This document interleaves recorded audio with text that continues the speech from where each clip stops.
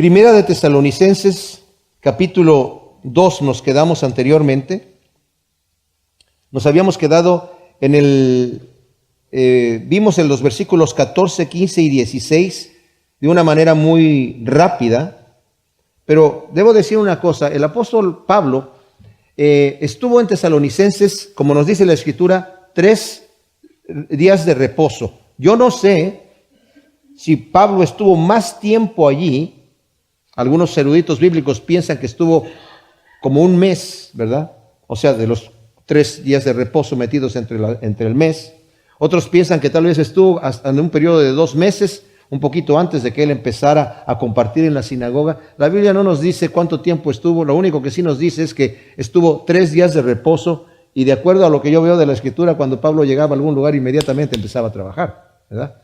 Aunque cuando llega a Corinto, aunque predica la palabra, no se entrega de lleno a predicarla, digamos en sí, hasta que ya llega Silas y Timoteo, que vienen y traen una ofrenda de las iglesias de Macedonia, y entonces él puede ya dedicarse de lleno, pero eso no quiere decir que Pablo no estaba trabajando antes. Entonces, eso lo digo porque Pablo estuvo muy poco tiempo allí en la iglesia de los tesalonicenses. Lo que sí sabemos es que solamente predicó 3 días de reposo. Lo que quiere decir, mis amados, que la iglesia de Tesalonicenses era una iglesia muy joven. Pablo nunca acostumbraba a estar tan poco tiempo en un lugar. Tenía que dejar una iglesia fundada, que estuviese seguro que la cosa quedó bien allí, ¿verdad? Aunque siempre había persecución en los diferentes lugares a donde iba. Cuando estuvo en Filipos, estuvo muchos días allí, ¿verdad? Y pudo confortar a la iglesia antes de irse. Y según leemos allí en Hechos capítulo 16, todavía les dice que era necesario que padecieran mucho por el reino de Dios, que era necesario que nosotros los cristianos padeciéramos. Cuando el apóstol Pablo se convirtió al Señor, y ustedes saben que mandó a un siervo, el señor Ananías, a que orara por él. Ananías no quería ir porque dijo, no, señor, este es un perseguidor, vino aquí a Damasco a llevarse a los cristianos, a llevárselos a Jerusalén, y yo estoy en la lista. Bueno, entonces el Señor le dijo, no, ve porque él está orando, y yo ya le mostré lo que es necesario sufrir por el reino de Dios a él. Entonces Pablo entendió, ese es mi paquete, a mí me corresponde sufrir por el reino de Dios. Para eso me llamó el Señor. Pero a todos los cristianos en realidad el Señor también nos ha dicho, ¿verdad? Que el que quiera agradar al Señor piadosamente, el que quiera vivir piadosamente, también lo dice el mismo Pablo, padecerá persecución. El Señor le dijo a sus discípulos, en este mundo tendréis aflicción. Si a mí me persiguieron, a ustedes también los van a perseguir, pero confiad en mí porque yo ya he vencido al mundo. El cristiano de a de veras, fíjense lo que estoy diciendo, padece persecución, ¿verdad? El cristiano que se conforma al mundo no tiene necesidad de eso. Entonces el apóstol Pablo estaba preocupado. ¿Por qué? Estaba preocupado porque había estado tan poco tiempo ahí y no estaba seguro que los filipenses estuviesen firmes, como él hubiera gustado que estuvieran. Dejar ahí algo sentado firme. Tuvo que salir de alguna manera apresuradamente. Había un complot donde ya lo iban a apresar a él, y seguramente los hermanos le dijeron, Pablo, tú te escondes, y lo sacaron fuera rápidamente de allí, porque no querían que le pasara nada. Y cuando llegaron a buscarlos a Pablo y a su equipo, no los encontraron. Entonces se llevaron a Jasón, que era el hombre dueño de la casa donde Pablo se estaba quedando, y a los que estaban de la iglesia recién convertidos se los llevaron al tribunal y los querían meter presos, y ellos tuvieron que pagar una fianza. Entonces Pablo, imagínense ustedes, la noticia le llega a Pablo, Pablo está preocupado. Cuando llega Pablo, salen de allí y se van a Berea, y cuando están en Berea, todavía con la preocupación de los tesalonicenses, los que perseguían a Pablo en Tesalónica, enviaron a esos vagos que habían contratado y los enviaron a Berea, y allá armaron otro alboroto y tuvieron que salir. Pablo tuvo que salir rápidamente de ahí, dejó a Timoteo y a Silas ahí, se fue a Atenas y les mandó un mensaje, que vengan tan pronto puedan. Pero la persecución era contra Pablo, personalmente, ¿verdad? Entonces Pablo en Atenas estaba como para descansar un rato ahí, pero al ver la idolatría que había ahí, dice que su corazón estaba así inquieto, y empezó a predicar allí, y predicó un mensaje. No tuvo demasiado éxito, pero tuvo algo de éxito, pero no hubo persecución, y de ahí se fue a Corinto. Pero mientras estaba en Atenas, según lo vamos a ver aquí cuando entremos al capítulo 3, estaba inconforme y tuvo que enviar a Timoteo para ver cómo estaba la iglesia de Tesalónica. Obviamente él no podía ir. Ese es el impedimento que tenía, que lo vamos a leer aquí. Pero estamos viendo en la historia, le estoy dando un poquito adelantado lo que vamos a estar estudiando para que sepamos por qué Pablo tiene esta intención. Pero Timoteo va a llegar con unas buenas noticias de parte de Tesalónica. Entonces Pablo se va a animar mucho y por eso está escribiendo esta carta. Dice, estoy contentísimo que ustedes están fundamentados. Y mis amados, si hay una iglesia que nosotros debemos de copiar, es la iglesia de los tesalonicenses. Porque hay cristianos que reciben el evangelio, y yo los veo entre ustedes, entre la iglesia. Hay cristianos que reciben el evangelio y se enganchan. Es como que si ya les pusieron unos patines y ¡pum! Vámonos, rapidito. Empiezan a leer la Biblia, empiezan a orar, empiezan a buscar, empiezan a preguntar, a buscar al Señor, y el Señor les empieza a dar a manos llenas y crecen rapidísimamente.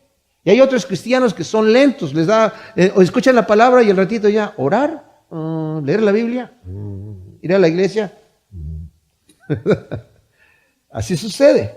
Bueno, los tesalonicenses era lo que se les puso, les tuvieron que poner patines y corrieron inmediatamente. Entonces, cuando Pablo escucha esa noticia, dice, wow, estoy contentísimo de cómo el amor que ustedes tienen, el trabajo de amor, ese fervor que ustedes están demostrando al Señor realmente. Y el versículo 13 que vamos a volver a leer aquí del capítulo 2 dice, por esto damos gracias sin cesar a Dios, porque habiendo recibido de nosotros la palabra del mensaje de Dios, la aceptasteis no como palabra de hombres, sino como lo que es en verdad, que es palabra de Dios, que también obra en vosotros los que creéis. Bueno, este es tremendo, mis amados, porque dice, ustedes escucharon la palabra que yo estaba predicando y no la recibieron como palabra de hombres, sino como palabra de Dios, como lo que realmente es, dice Pablo. Y yo leí esto que dice Leon Morris, lo dijo, lo leí la vez pasada, lo quiero volver a leer porque es importante. Pablo podía predicar con toda certeza y poder porque tenía la profunda convicción que lo que decía no era invento de hombres, sino que era en verdad la palabra de Dios. La iglesia de Dios no puede existir sin esta convicción. Predicar pequeñas e interesantes enseñanzas morales no pueden ser sustituto adecuado para la palabra que viene de Dios. Y yo había dicho, mis amados, que nosotros los cristianos, ¿verdad?, necesitamos estar expectantes de recibir palabra de Dios. Una de las cosas que yo quisiera incluso incorporar en nuestras reuniones de oración como una de las oraciones principales es orar. Señor, ayúdame antes de venir a la iglesia, desde que estoy en mi casa, todos los días, en el momento que yo me arrodille a orar a ti, siempre pedir, Señor, el que se pare en ese púlpito en mi iglesia, que hable tu palabra. Y yo la voy a ir a recibir. Y ven, si todos vienen aquí a la iglesia expectantes de no de ver si me voy a sentir bonito con la música o si me van a sentir bonito con el mensaje, sino expectantes de que voy a recibir palabra de Dios, es otra cosa. Y también que el que está aquí, ¿verdad?, tiene que estar pidiéndole al Señor, Señor, yo lo hago, mis amados, se los digo sinceramente. Para mí, me pongo nervioso cada vez que voy a predicar, no porque nunca haya predicado, porque le tenga miedo al público, porque eso no lo tengo, ¿verdad? Pero porque estoy entregando la palabra de Dios y Dios me va a llamar a cuentas. Y si yo digo mis propias cosas, Dios me va a llamar a cuentas. Santiago dice, no se hagan muchos maestros porque van a recibir un juicio más severo. O sea, no te levantes a hablar y no digas que Dios me dio esto para darles si Dios no te ha dado nada. El Señor a los profetas, en el Antiguo Testamento, a los falsos profetas, dice, hay de los profetas que se levantan y dicen, así dice Jehová, cuando yo no he dicho nada. ¿Verdad? Eso lo están diciendo de su propia... Entonces, cuando un pastor está convencido que lo que está entregando es palabra de Dios, porque Dios ya se lo ha revelado a través de su palabra, no por invenciones, no porque leyó este libro, no, porque está aquí en la palabra de Dios. Y porque el Espíritu Santo lo ha confirmado. La iglesia va a estar expectante. Yo cuando voy ahí voy a escuchar la palabra de Dios. Porque sé que el pastor se preparó para hacer eso, ¿verdad?, con temor y temblor delante de Dios. Pero es importante que la iglesia esté expectante de eso, ¿verdad? Eso, mis amados, va a crear una congregación impresionante de hambre y de dar. O sea, de yo prepararme para dar un alimento sólido, pero no solamente prepararme para darlo, sino prepararme para conectarlos a ustedes con el maestro y el jefe que nos enseña a preparar alimento sólido para que cada uno de ustedes pueda preparar su propio alimento sólido. Ese es el motivo, esa es la visión que yo tengo. Entonces, tenemos dos cosas, como vimos la vez pasada, la absoluta necesidad de una expectante congregación de oración y la absoluta necesidad de que el que está en la posición de predicar se asegure de que la palabra que proclama viene en verdad de Dios, que es la Biblia.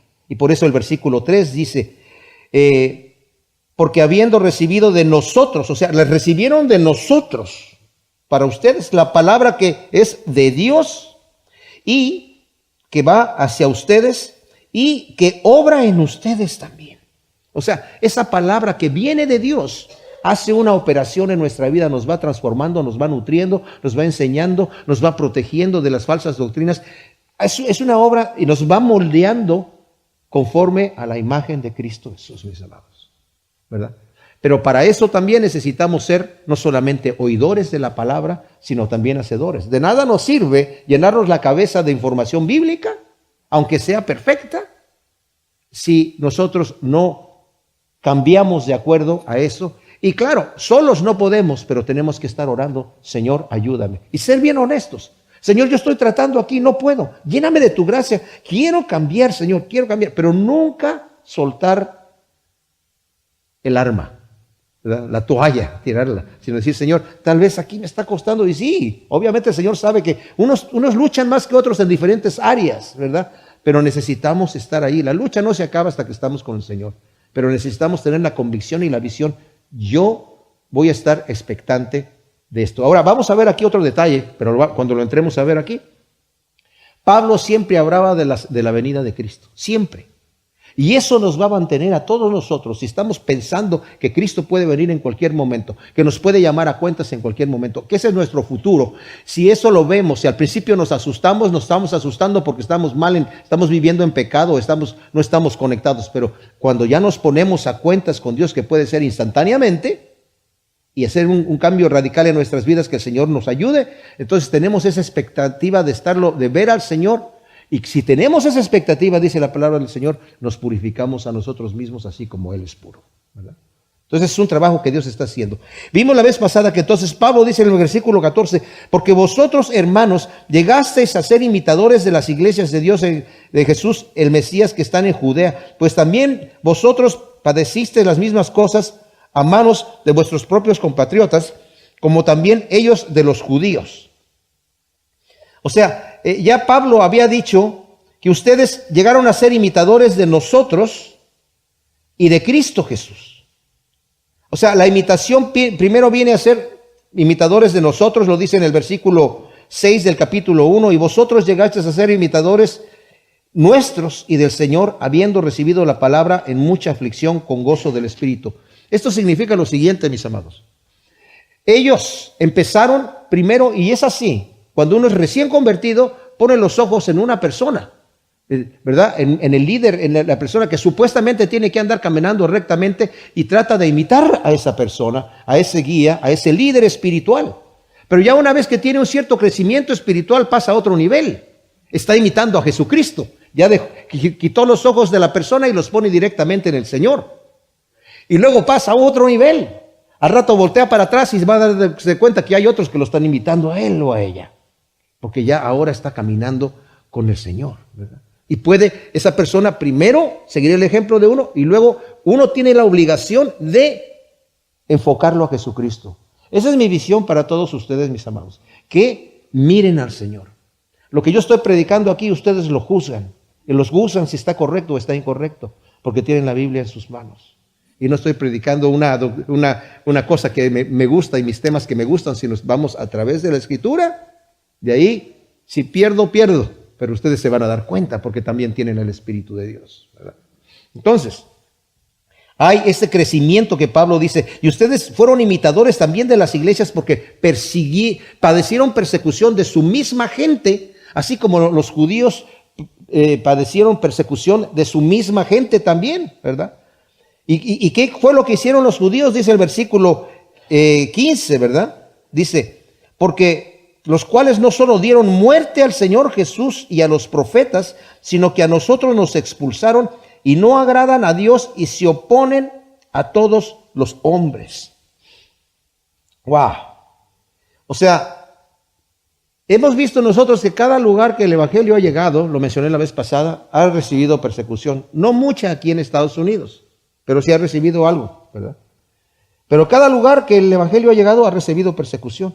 Pero acá, los que estaban persiguiendo eran los judíos. Imagínense ustedes, está Pablo, llega a las sinagogas como lo leímos en Hechos, ¿verdad? Si ustedes quieren después leer cómo entró a Filipos. En Filipos lo persiguieron porque le sacó un demonio a una mujer, ¿verdad? Pero acá en Tesalónica porque estaba hablándoles a los judíos y solamente les estaba diciendo en la sinagoga, les estaba demostrando a través de las Escrituras que el Mesías debía padecer y resucitar. Porque los judíos tenían la idea de que, ¿por qué hay escrituras que dicen que el Mesías va a padecer y va a morir? Y hay otros que dicen que va a reinar y va a reinar para siempre. Entonces ellos dijeron, no, el Mesías va a venir a reinar para siempre, y las otras escrituras las espiritualizaron, como que iba a morir, no sé, en su corazón por tristeza, por algo, pero no entendían ellos que primero iba a venir el Mesías a morir literalmente y a resucitar, y después iba a volver a venir a reinar, que es como nosotros ya lo sabemos que es así, ¿verdad? Ellos hasta el día de hoy lo entienden de la otra manera, ¿verdad? Que el Mesías solamente va a venir a reinar aquí. No entienden el Mesías sufriente. Entonces Pablo estaba explicándoles. Las Escrituras dicen, el Señor Jesucristo les tuvo que comprobar a sus discípulos. En Lucas capítulo 24, que tenían que venir el Mesías, les abrió las Escrituras y todos, oh sí, es que no lo entendían. Era la cultura, no la entendía. El mismo Juan el Bautista le mandó preguntar, ¿eres tú el que habíamos de venir o esperamos a otro? O sea, ¿qué sucede? Sí, lo que me han enseñado, lo que yo sé es que el Mesías va a venir aquí a implantar su reinado. Sus discípulos también le dijeron, ¿hasta cuándo vas a implantar tu reinado? Les dijo, a ustedes no les toca saber los tiempos, ni ustedes dedíquense a lo que van a hacer. Y después el Señor les reveló cómo debía ser el asunto, que el Mesías tenía que padecer. Entonces Pablo estaba hablando de eso, y los judíos que creían, y los que no creían, levantaban las manos y blasfemaban, y esos eran los perseguidores. Simple y sencillamente porque no querían recibir el mensaje de la verdad. ¿Y cuál es el mensaje? El mensaje es que Cristo los ama y que van a recibir perdón. Nosotros no queremos ese Mesías. No queremos ese Mesías. Queremos el que nosotros tenemos aquí en la mente, ¿verdad? Entonces era el conflicto que tenían. ¿Y qué es lo que hicieron? Dice el versículo 15, los cuales no solamente dieron muerte al Señor Jesús, porque no les gustó ese Mesías, y a los profetas, sino que a nosotros nos expulsaron. Y no agradan a Dios y se oponen a todos los hombres. Esto es tremendísimo. Dice, no solamente le dieron muerte al Señor Jesús. Nosotros sabemos que, como dije la vez pasada, nuestros pecados fueron los que clavaron al Señor en la cruz. Y literalmente fueron los romanos los que enterraron el clavo, físicamente. Pero los judíos fueron los instigadores, los que dijeron, ¿verdad? Crucifícale. En Mateo 27, 24 y 25. Le traen, al final sale Pilato y les dice, ¿a quién quieren que les entregue? Es costumbre entregarles a un preso en la Pascua. Les entrego al rey de los judíos. No, queremos a Barrabás. Y a ese crucifícalo. Entonces Pilato manda traer un lebrillo para lavarse las manos y dice, ¿saben qué? Yo soy inocente de la sangre de este justo. Ustedes son los que lo quieren muerto. Ustedes son los que lo quieren matar. Y están aprovechándose de todo este mecanismo aquí legal. Y están a punto de levantarse en armas. No queremos otro, solamente tenemos un rey, que es César. Y tú, si tú perdonas a este, te haces enemigo de César. Y como vio Pilato que ya estaban metiéndose en un tumulto fuerte, ¿verdad? Dijo, yo me lavo las manos. Bueno, eso no le quitó la culpa, pero de cualquier manera, ¿saben qué dijeron ellos? Que su sangre sea sobre nosotros y sobre nuestros hijos. Y como dije la vez pasada, sin querer ser antisemita, lo que pidieron les llegó. Pues les digo por qué, porque es imposible, mis amados, explicar 2000 años de la trágica historia de los judíos sin poner atención a esa atrevida declaración que hicieron. Horrenda cosa es caer en manos del Dios vivo, dice Hebreos 10:31. Ellos dijeron que su sangre sea sobre nosotros y sobre nuestros hijos. Pues ha sido. Cuando Mel Gibson hizo la película de La Pasión y vieron que tenía, ustedes saben que todo el diálogo está en arameo, entonces está traducido al lenguaje donde el país donde la vayan a pasar. Y los judíos se levantaron en armas porque estaba ahí esa frase. Que su sangre sea sobre nosotros y sobre nuestros hijos. Dice, pues ya en sí la gente ya nos aborrece y con eso van a levantar más antisemitismo, ¿verdad? Odio para los judíos. Y tuvieron un gran problema ahí en Hollywood, y como muchos de los judíos están con mucha fuerza en Hollywood, quitaron esa frase de la película, pero solamente quitaron la frase impresa. Pero en arameo todavía lo dice, que su sangre sea sobre nosotros y sobre nuestros hijos, pero no lo traducen en la pantalla. Cuando los apóstoles llegaron allí, delante de los principales de los judíos les dijeron, ¿por qué están hablando en ese nombre? Les prohibimos. Y ustedes nos quieren echar encima la sangre de esa persona. Y Pedro les dice, ustedes mataron al Señor Jesús. La sangre está en sus manos todavía. Ustedes se la quieren limpiar, no se la pueden limpiar. Ya dijeron que fuera sobre ustedes y sobre sus hijos, y así va a ser. Tremenda cosa, ¿verdad? Y dice, y nos expulsaban. Bueno, mataban a los profetas que les venían a prevenir en contra de los juicios que Dios iba a traer. El mismo Pablo escuchó cómo estaba hablando y predicando Esteban. Las mismas cosas. Ustedes han matado a los profetas. ¿A cuál de los profetas les dice ahí? No mataron. Y Pablo estaba escuchando. Pablo que está escribiendo esto. Y Pablo consintió en su muerte. Yo no quiero escuchar eso, no quiero oír eso. No. Le dice que se taparon los oídos, dice allí en Hechos, ¿verdad? Se taparon los oídos y arremetieron contra Esteban a pedradas. No querían escuchar. Dice, los mataron. Y dice, a nosotros nos expulsaron y no agradan a Dios. Ahora, cuando dice esto de que mataron, ustedes saben que cuando el Señor está hablando una parábola en Mateo 23, de 29 al 34, ¿verdad? De ese hombre que plantó una viña, la dio a los labradores cuando manda a pedir el dinero, manda a sus siervos y algunos los matan, a otros los golpean, envía a otros tantos, le hacen lo mismo, después envía a su hijo, dice, a este lo van a respetar, a él lo mataron, dijeron, este es el heredero y nos quedamos con la viña. Y dice, ¿qué va a hacer con estos hombres? Los va a aniquilar. Por eso dice, el reino va a ser quitado de ustedes y va a ser entregado a otros. Y se oponen, fíjense la última frase del versículo 15, se oponen a todos los hombres. Esta es una tremenda declaración. Se oponen a todos los hombres. Los judíos siempre se han considerado especiales, y lo son, ciertamente, pero desprecian a todos los demás. Tácito, un historiador romano del primer siglo, escribió acerca de los judíos. Y dijo, entre ellos mismos hay una lealtad inquebrantable, una compasión automática, pero hostilidad y odio hacia cualquier otro.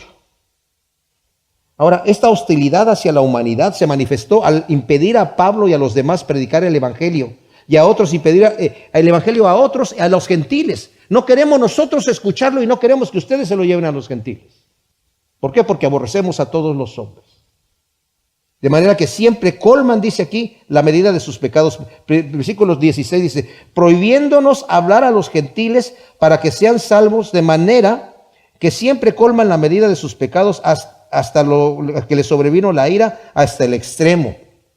O sea, hay un endurecimiento tremendo, hasta que sobrevino la ira al extremo. ¿Cuándo fue eso? ¿A qué se está refiriendo? ¿En un evento pasado, presente o futuro? Si fue en el pasado, fue el hambre que vino sobre Judea en el 45 al 47, en la masacre que los judíos en el templo en el 49 después de Cristo. Si es futuro, puede referirse a la destrucción del templo de Jerusalén o a las diferentes persecuciones que han venido durante toda la historia. Ahora, vamos a volver a leer el versículo 26 de 1 Tesalonicenses 2. Está hablando de los judíos, de las persecuciones que los judíos han traído, no solamente sobre los siervos de Dios. Mataron al Señor Jesús, mataron a sus profetas, están persiguen a los apóstoles que están proclamando el Evangelio. A ellos no les va a pasar nada, no los están tocando a ellos, pero son perseguidores del Evangelio. Y aunque ellos no quieren recibir el Evangelio, tampoco quieren que los demás lo reciban.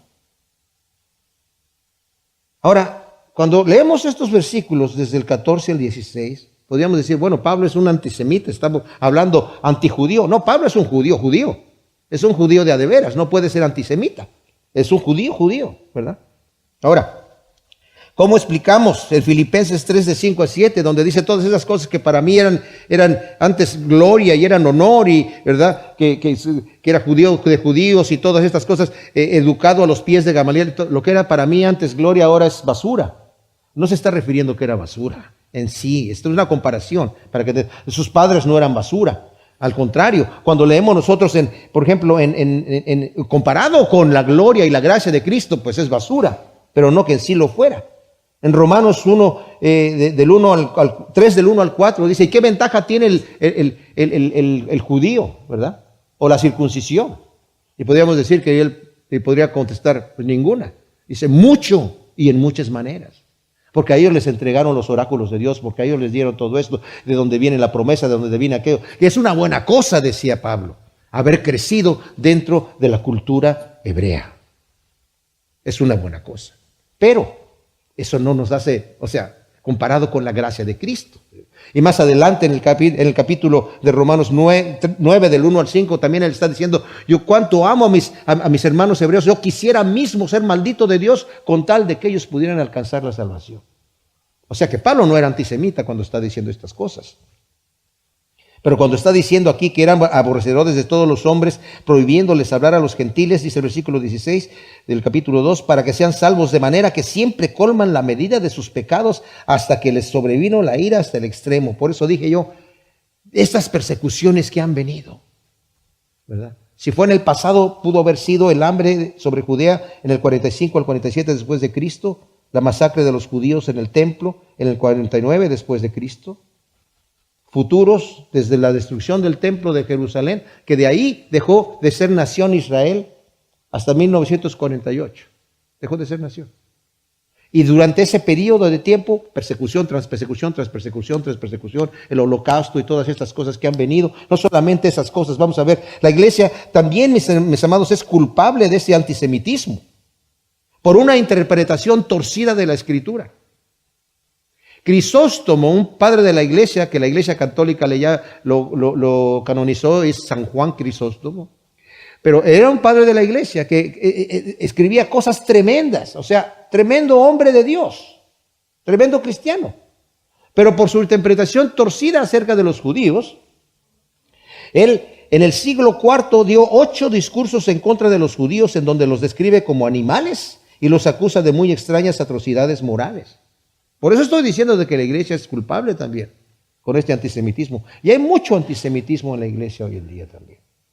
El Consejo de Letrán, ¿verdad? Católico, en 1215 después de Cristo, dio 4 regulaciones contra los judíos. Como resultado, los judíos fueron forzados a vivir en juderías, ¿verdad? Se les llama juderías, lugares especiales para ellos, muy humildes, y usar ropa especial para distinguirlos y marcarlos como judíos, para que yo sepa que tú eres judío. Obligado, ¿verdad? Martín Lutero, un héroe de la Reforma, ¿verdad? Ya cuando estaba viejo, antes de morir, tal vez entrado ya en la chochez, ¿verdad? Desilusionado por no haber podido evangelizar a los judíos, entró en una campaña de evangelismo que fracasó rotundamente, ¿verdad? Y ya a punto de morir publicó un folleto titulado Los judíos y sus mentiras. Ahí incita a la gente a prenderle fuego a las sinagogas de ellos, a destruir sus casas, a confiscar sus libros y a hacer callar a sus rabinos. Por eso digo, los hombres son hombres nada más. Son hombres. Y la iglesia se ha manchado las manos de sangre. Debemos de pedir perdón por querer ser verdugos de Dios. Dios no nos ha llamado a ser verdugos. Por eso, mis amados, nosotros, nuestra primera oración que hacemos en nuestra reunión de oración, cuando la reunión general, es pedimos la paz de Israel. ¿Verdad? Yo sé que muchos cristianos dicen, no, pero es que ellos le dieron la espalda a Jesucristo. Tú no te preocupes. Deja que Dios se preocupe por ellos, tú ora por el judío. Ámalo, bendícelo. Eso es lo que te corresponde hacer. Entre paréntesis, ¿hay algo que nosotros tenemos que perdonar? ¿A alguien a quien tenemos que perdonar? ¿A alguien con quien tenemos que ponernos a cuentas? Luego en el versículo 17 Pablo entra en otro tema. Dice, y nosotros hermanos que fuimos separados de vosotros por un poco de tiempo, de presencia, pero no de corazón, nos esforzamos con mayor diligencia para ver vuestro rostro con mucho deseo. Por lo cual quisimos ir a vosotros, ciertamente yo, Pablo, más de una vez, pero Satanás nos estorbó. Ahora, imagínense, Pablo, después de comentar que los judíos que no creyeron los expulsaron a los lugares donde llevaban el evangelio, como nos dice la última parte del versículo 15, ¿verdad? Que fueron expulsados allí. Les recuerda que fueron violentamente separados de los tesalonicenses. La palabra que utiliza aquí, en donde dice, hemos sido separados de nosotros, en el versículo 17, es una palabra que se llama aporfanizo, de donde viene la palabra de huérfano, aporfanizo, que literalmente significa separar a un niño de su padre, pero también significa en el griego separar al padre de su hijo, o sea, quitarle a su hijo. Dice, violentamente nos separaron de ustedes. Tuvimos que salir de allí, no porque quisimos salir, no porque ya habíamos terminado la obra, sino porque en el momento casi que donde estábamos nutriéndolo, donde los estamos amamantando, nos separan y nos lo quitan. ¿Me entiendes? Eso es lo que está diciendo. Nosotros separados forzosamente de allí, ¿verdad? De presencia, dice, pero no de corazón. Nos esforzamos con más diligencia para ver vuestro rostro, para regresar con mucho deseo. Y luego Pablo dice, por lo cual quisimos ir a vosotros. Y luego él dice, ciertamente yo, Pablo, quise ir a ustedes, pero Satanás nos lo impidió. Ahora, Pablo aclara, como dije yo, que esa separación es solamente física, pero no de corazón. Pablo hizo el esfuerzo de ir a Tesalónica, más de una vez dice aquí, pero Satanás lo estorbó. Ahora, ¿cómo lo estorbó? ¿Y solo lo estorbó a él? Porque es capaz de enviar a Timoteo, pero él no puede ir. ¿Será que la persecución era contra Pablo y Pablo no podía?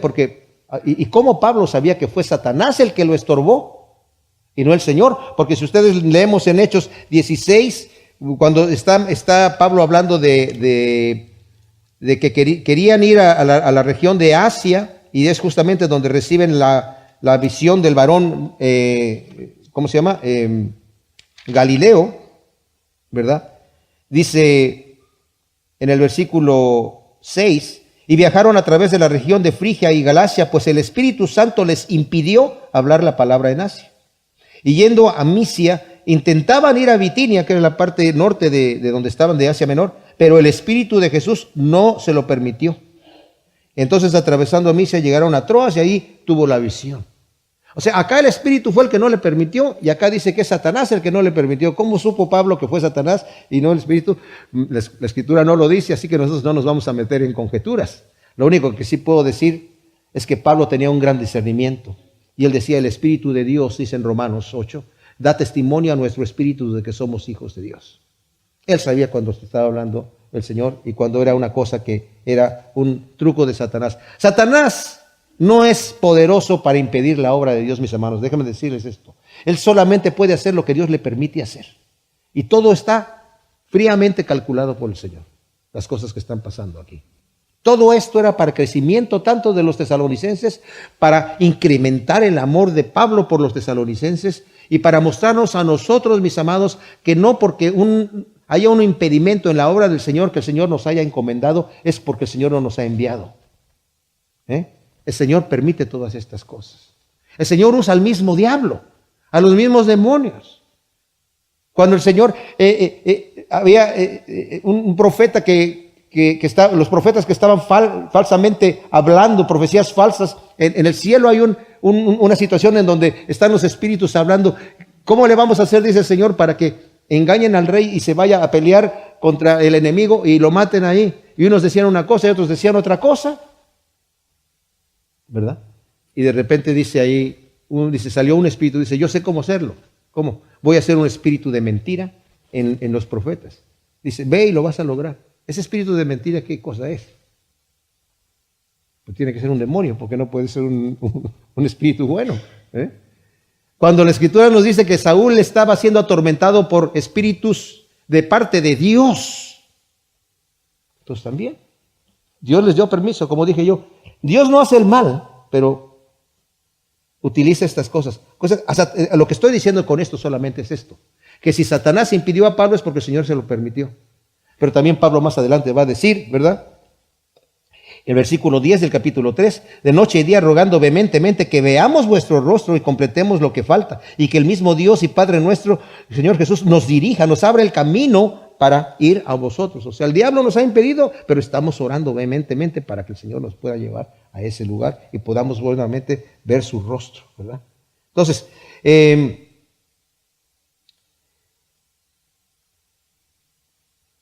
el versículo 19 dice, porque ¿cuál es nuestra esperanza o regocijo o corona en que nos gloriamos? ¿No lo sois vosotros mismos delante de nuestro Señor Jesús al tiempo de su advenimiento? Vosotros ciertamente sois nuestra gloria y nuestro regocijo. Pablo está orgulloso de la obra de Cristo que Cristo está haciendo en los tesalonicenses, de manera que para él ellos son su regocijo y corona. Fíjense que no está orgulloso por él, está orgulloso por la obra que Dios está haciendo, porque se da cuenta, yo estuve allí solamente 3 semanas. Pero el Señor los afirmó y estos están corriendo como un ejemplo, de manera que han llegado a ser, como dice en el versículo 7 del capítulo 1, de modo que llegasteis a ser ejemplo para todos los que creen en Macedonia y en Acaya, porque desde vosotros ha resonado la palabra del Señor, no solo en Macedonia y Acaya, sino en todo lugar vuestra fe para con Dios se ha divulgado, de modo que no tuvimos nosotros que decir ninguna cosa, nos abrieron el camino. ¡Qué tremenda cosa! O sea, ¿quién hizo esa obra? El Señor. Entonces le está dando la gloria al Señor. Dice, ustedes son nuestra corona. El orgullo de Pablo, como dije, no es un orgullo carnal. Es la satisfacción primero de un trabajo bien hecho y bien terminado que tendrá su recompensa en el día del Señor. Porque Él declara que ellos van a ser su corona. Cuando cualquiera de nosotros guía a alguien al Señor, mis amados, ¿saben qué gozo va a ser? Cuando estemos en el reino de Dios, ver entre las multitudes a aquellos a quienes les hemos predicado a Cristo Jesús ahí. Alguien escribió, Samuel Rutherford, que estaba preso, era un pastor en el pueblo de Aberdeen, y que ya de preso no le prohibieron regresar a su congregación, y ahí murió, ¿verdad? Y alguien que vio lo que él escribió en la pared, una mujer que entró ahí, escribió un libro acerca de él, y se lo imaginó, ese escrito que estaba en la pared, diciéndolo en realidad, ¿verdad? Ya desde las puertas del cielo, porque escribió así, hasta pronto, está escribiendo a su congregación, que no la iban, pensó, esto no lo van a saber nadie, está en la pared de la prisión. Hasta pronto, para mí ustedes son muy amados, aún desde las puertas del cielo, derramo por ustedes una lágrima. Y si tan solo un alma de ustedes me encuentra a la diestra de Dios, mi cielo serán 2 cielos en la gloria de Emmanuel. O sea, si alguno de los que le hemos predicado el Evangelio nos encuentra a la puerta, ¿verdad? En el cielo, nuestro cielo van a ser 2 cielos. Ahora, capítulo 3 nos dice el versículo 1, por lo cual no soportando más, decidimos permanecer solos en Atenas y enviaros a Timoteo, nuestro hermano y colaborador de Dios en el Evangelio del Mesías, para fortaleceros y exhortaros respecto a vuestra fe. Ahora aquí, mis amados, Pablo, que es el padre espiritual de los tesalonicenses, era, como dijo, como una madre que está criando a sus propios hijos, una nodriza, ¿verdad? Como un padre que está educando a sus hijos, nos lo dijo en el 2, 7 y 13. Pero imposibilitado de visitarlos, se aflige por la condición espiritual de los cristianos en Tesalónica. Y dice, no pudiendo soportar más la incertidumbre de la condición de ellos, tiene que enviar a Timoteo para fortalecerlos y exhortarlos en la fe. ¿Por qué? Porque él seguramente no puede ir, seguramente todavía tenía la prohibición de ir, aunque hubiera querido ir, pero no puede regresar. No fue el caso de Filipos. En Filipos lo encarcelaron, ¿verdad? Y regresó y fortaleció a los hermanos. En Listra lo apedrearon. Lo echaron, lo apedrearon, pero ya cuando se levantó, regresó a fortalecer a los hermanos, a decirles que a través de muchas persecuciones íbamos a entrar en el reino de Dios. Pero en Tesalónica, de alguna manera, la ley le estaba impidiendo la entrada. Más adelante, obviamente, como lo sabemos, en su tercer viaje misionero, regresó 2 veces ahí a Tesalónica. Dios, en su soberana providencia, escoge a quien Él quiere para hacer su obra, y en este caso es Timoteo. Y Timoteo, dice aquí, es un colaborador de Dios. No solamente es mi hermano. No dice, aquí te voy a enviar a mi junior, ¿verdad? que va a estar ahí contigo, aquí te voy a enviar a mi segundo, aquí te voy a enviar a mi ayudante. No, dice, es colaborador de Dios, ni siquiera colaborador mío, que ya sería un gran honor para Timoteo, que le dijera, es un colaborador mío.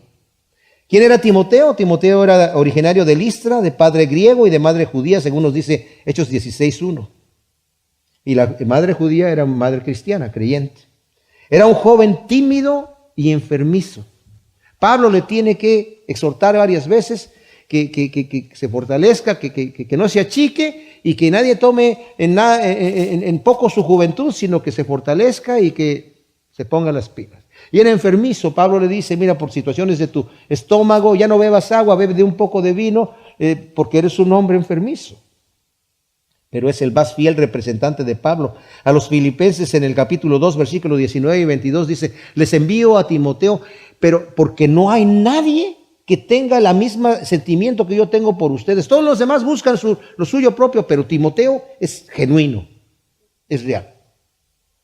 Tal vez no es el más talentoso, tal vez no es el más fuerte, tal vez no es el más valiente, pero es el apropiado, es el que Dios escogió. Y Pablo lo sabía, y por eso lo está enviando ahí. Porque lo que le está enviando a hacer, dice el versículo 2, enviamos a Timoteo, nuestro hermano y colaborador en el Evangelio, para fortaleceros y exhortaros respecto a vuestra fe. Miren, hermanos, aquí la palabra de exhortaros, también en latín sería la palabra confortar, ya traduciéndola al castellano. Pero nosotros tenemos un significado diferente del significado antiguo que era en el latín. La palabra confortar no era como nosotros, mira que ojalá que estés bien, vengo a decirles que no se van a preocupar, Dios los va a estar cuidando y que estén tranquilos, que la paz de Dios gobierne sus corazones y estén tranquilos. No, la palabra confortar en el antiguo latín significaba como cuando un general está exhortando a sus soldados para que vayan y le pongan el pecho a las balas. Hay un cuadro, no sé si está en Roma, no me acuerdo dónde está, lo leí pero se me olvidó, en donde está un general con su espada, ¿verdad?, apuntando y tocándole el trasero ahí a uno de los soldados que representaba todo el pelotón, y abajo dice, el general fulano de tal, confortando a sus soldados para que vayan a la batalla. O sea, el confort, vámonos, a pelear. Timoteo fue a Tesalónica a decirles, ¿saben qué? Es necesario que a través de muchas tribulaciones no se achiquen. No se achiquen. Esta es una lucha espiritual. Mis amados, si la iglesia llegase a servir al Señor, a venir a la iglesia, a vivir sus vidas, pero sobre todo cuando nos reunimos, estamos en una lucha espiritual. Es que está lloviendo, que hace mucho calor, es que está el partido de no sé. Vamos, estamos en una lucha espiritual y el diablo va a utilizar cualquier cosa. Necesitamos confortarnos para no tanto venir a ver qué tan bonito está el servicio, sino yo vengo a alimentarme de la palabra de Dios para llegar y no tenemos lucha contra carne ni sangre, sino contra principados y potestades. Y salir, mis amados, con el rostro adelante a echarle ganas en el nombre de Cristo y en el poder del Espíritu de Dios. Lo dice el versículo 3, para que nadie se turbe por estas tribulaciones, porque vosotros sabéis que a eso estamos destinados. Fíjense, Pablo está diciendo, para eso estamos destinados, ¿verdad? Porque cuando aún estábamos con vosotros os predicábamos que íbamos a padecer tribulaciones como ha acontecido y lo sabéis. Por eso yo también, no soportando más, envié a reconocer vuestra fe. No fuera que de algún modo os hubiera tentado el que tienta y que nuestro trabajo hubiera sido en vano. O sea, la razón principal de Pablo es, como estaban recién convertidos y estaban sufriendo persecución, podía temer Pablo de que estos de repente estuvieran así, no muy seguros de su fe y hubieran sido la semilla junto al camino, que es que no entienden la palabra y viene el diablo y se la lleva y se quedan sin fruto, ¿verdad?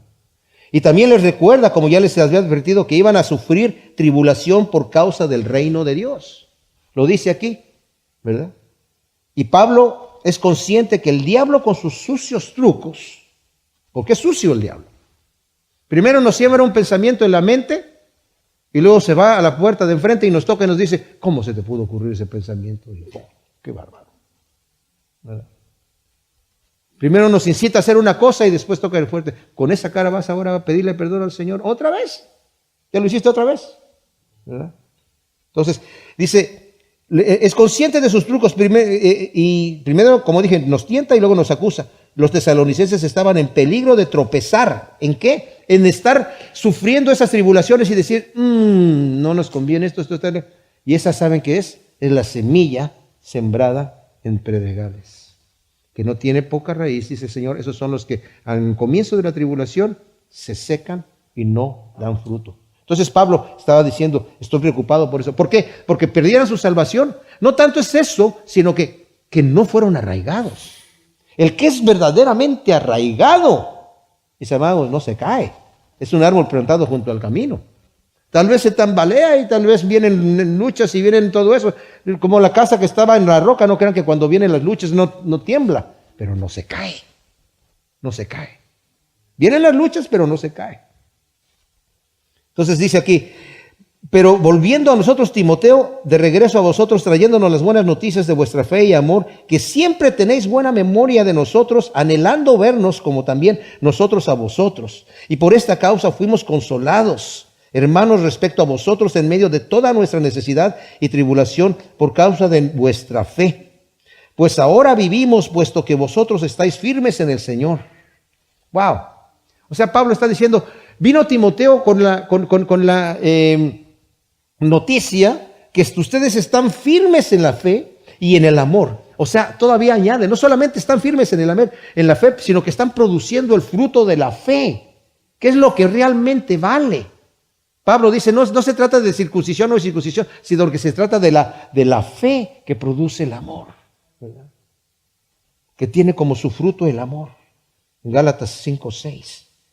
Pero esto, mis hermanos, les digo una cosa, él está contentísimo. Dice, ahora vivimos, ahora podemos respirar. Porque no solamente sabemos que ustedes se quedaron con una buena impresión de nosotros, como nosotros de ustedes, sino que anhelan vernos, como nosotros también a ustedes. Entonces Pablo está doblemente confortado ahí, ¿verdad? Por esta reacción de amor que ve. O sea, también Pablo está diciendo, esas sospechas que yo tenía de que había tal vez algunas cosas que nos estaban difamando y ustedes las estaban creyendo, pero Timoteo me está diciendo que ustedes están firmes. Y diciendo, el testimonio que ustedes dejaron aquí es un testimonio verdadero. Y sí, hay los rumores, pero no los creemos. No los creemos. De cualquier manera, Pablo pues se protege previendo todas estas cosas, ¿verdad? Entonces, en el versículo 9 dice, pues qué acción de gracias podemos dar en retorno a Dios por vosotros y por todo el gozo con que nos regocijamos delante de nuestro Dios a causa de vosotros. O sea, estas tremendas noticias, ¿verdad?, hace que ellos prorrumpan en una oración de gozo. Es la tercera vez que Pablo está diciendo que está orando por ellos. Al principio fue en el versículo 2 del capítulo 1, versículo 13 del capítulo 2, ahí estamos en la tercera oración de Pablo, ¿verdad? Pablo no está hablando del buen trabajo que él ha hecho en Tesalónica, sino del trabajo que Dios ha hecho en la obra. Por eso dice, ¿qué acción de gracias podemos dar a nuestro Dios por vosotros? Por el gozo que tenemos delante de vosotros. Noche y día, fíjense, un hombre de oración aquí. Noche y día rogando vehementemente que veamos vuestro rostro y completemos lo que falta a vuestra fe. Y el mismo Dios y Padre nuestro, Señor Jesús, dirija nuestro camino a vosotros. O sea, queremos verlos porque sabemos que necesitan algún tipo de instrucción. Pablo no los critica en las deficiencias que tenía. Más adelante va a hablar algunas cosas duras acerca de los flojos que no querían trabajar, sobre todo en la segunda de los tesalonicenses, que había gente que decía, no, Cristo ya viene, mejor me dedico a andar en casa de hermano y comiendo de su comida y yo mientras estoy esperando al Señor a que venga. Dice, el que no trabaja, que no coma, dice ahí Pablo. Pero está diciendo que el Señor dirija estas cosas, ¿verdad? Entonces, en el versículo 12, y haga el Señor que crezcáis abundantemente en amor unos a otros y para con todos, así como nosotros también hacia vosotros, para que afirme vuestros corazones irreprensibles en santidad delante de nuestro Dios y Padre ante la venida de nuestro Señor Jesús con todos sus santos. Este versículo 13 lo voy a expandir un poquito más en el siguiente estudio, pero lo voy a mencionar ahora. Pide también que el Señor los haga crecer y abundar en el amor entre ellos, los creyentes, y también hacia los demás, dice aquí. Esto es, a los no creyentes. Además, ora para que ellos, los misioneros, también crezcan en amor hacia los tesalonicenses. O sea, mis amados, esto nos deja ver lo que hace la oración. Oramos por los que están en necesidad, oramos para que el Señor nos dé amor por ellos, oramos para todo lo que tengamos que orar, delante de la presencia de Dios. Voy a dejar el versículo 13 para el siguiente estudio porque va unido, mis amados, a lo que viene en el capítulo 4, en donde Pablo va a dar unas instrucciones morales. Solamente termino con esto que está diciendo Pablo aquí. Y esto lo voy a decir porque es importante. Pablo enfocaba siempre la mirada en la segunda venida de Cristo Jesús. Porque eso, mis amados, es lo que nos va a mantener afilados, nos va a mantener preparados, ¿verdad? Y los que nos va a dar ese temorcito que debemos de tener para mantenernos puros, así como Él es puro. Y como dice Juan, permanecer en Él, primera de Juan 2:28, para que cuando Él se manifieste, no nos alejemos de Él avergonzados. Gracias, Señor, te damos por tu palabra. Te pedimos que tú siembres estas semillas en nuestro corazón, Señor, y que produzcan su fruto al 100 por uno en el nombre de Cristo Jesús. Amén.